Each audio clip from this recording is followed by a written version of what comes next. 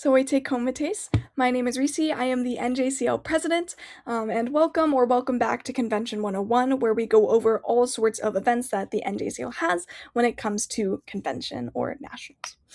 This is our episode on creative arts, which is kind of a broader category.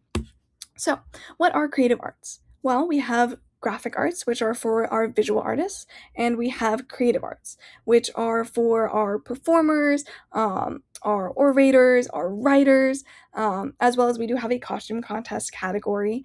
And yeah, it's just to allow for more ways that we can express Latin instead of just the academic test taking sort of way. There are two sort of forms that I like to break this into, and the first is our spoken Latin category, which we're going to start talking about now. So we have Latin oratory. This is speech style. You're not supposed to move, and it really focuses on the pronunciation. So what happens is that you are given a passage, and you'll see an example on the next slide, and you memorize it. To find the selected passages, you're going to go to the NJCL website or the facts, and you'll find it there.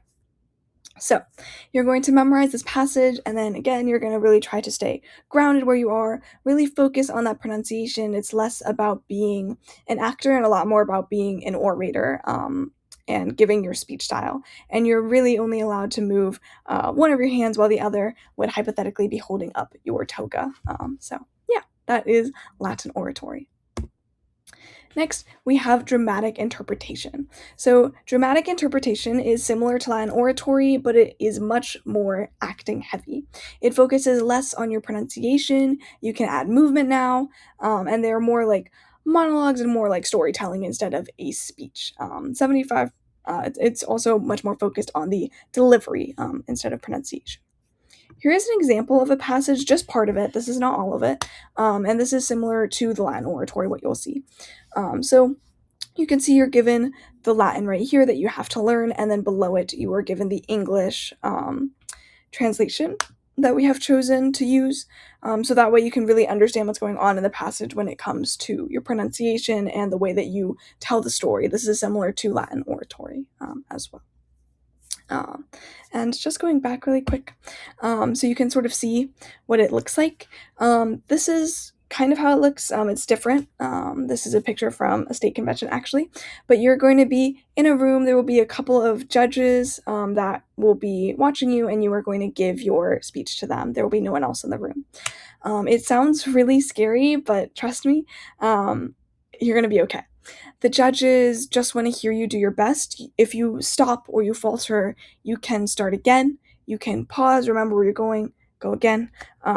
We just want to see you shine. We just want to see you do your best and see that passion, see what you've worked so hard on. So that's a little bit on that. We also have sight reading. This is where we're kind of testing your pronunciation and your translation skills. You don't need to memorize a text. You don't have any preparation needed. This happens at convention. You go in, you're given the text in a dictionary, and you have a set amount of time. I want to say it's 15 minutes, where you look at the passage, you can practice your pronunciation of it, you can translate it a bit to figure out what is happening in the story. On a piece of paper that has the passage with it.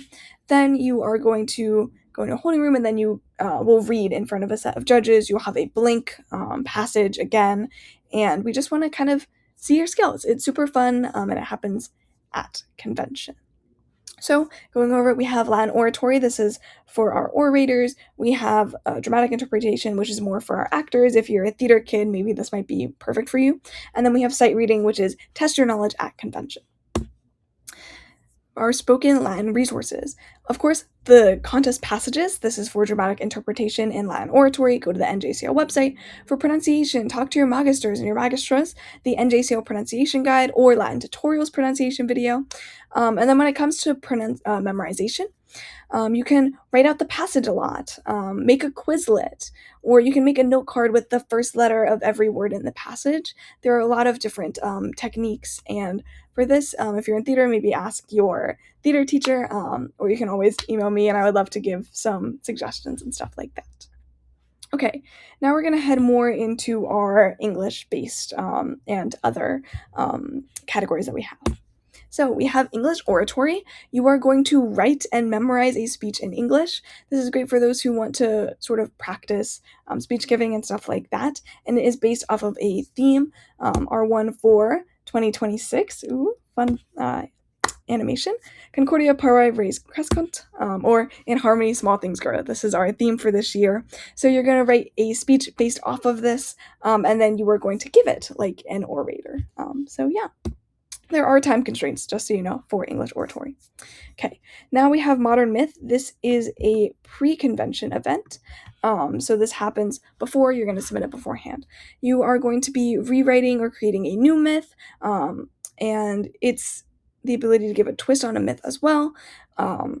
There are 3 prompts in which your myth should be structured, and then again, the deadline is before convention, so make sure to get it in before then. This is great for people who love creative writing or who love mythology, who want to try it out, to check out the prompts and more stuff like that. Of course, go to the facts, go to our website, and see more specifics there. I highly recommend. Okay. We also have the costume contest. Something that's really fun is that you can do it in pairs. It's great for people who like sewing, or maybe your favorite holiday is Halloween.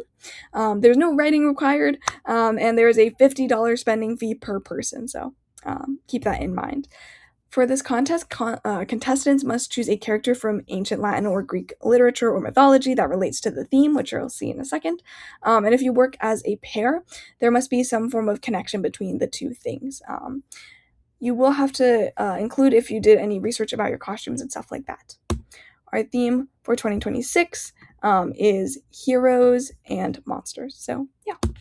Our resources, again, I highly recommend that you go to the NJCL website, you look at the facts, and you see all the specifics for creative arts, time limits, stuff like that, passages, more rules, etc., etc. If you have any concerns, I highly recommend that you email our creative arts chair at creativearts@njcl.org. Or you can email me, president@njcl.org, or as always, ask your sponsor. So that was creative arts, and we will hopefully see you in the next video. Walite, komites, and karate.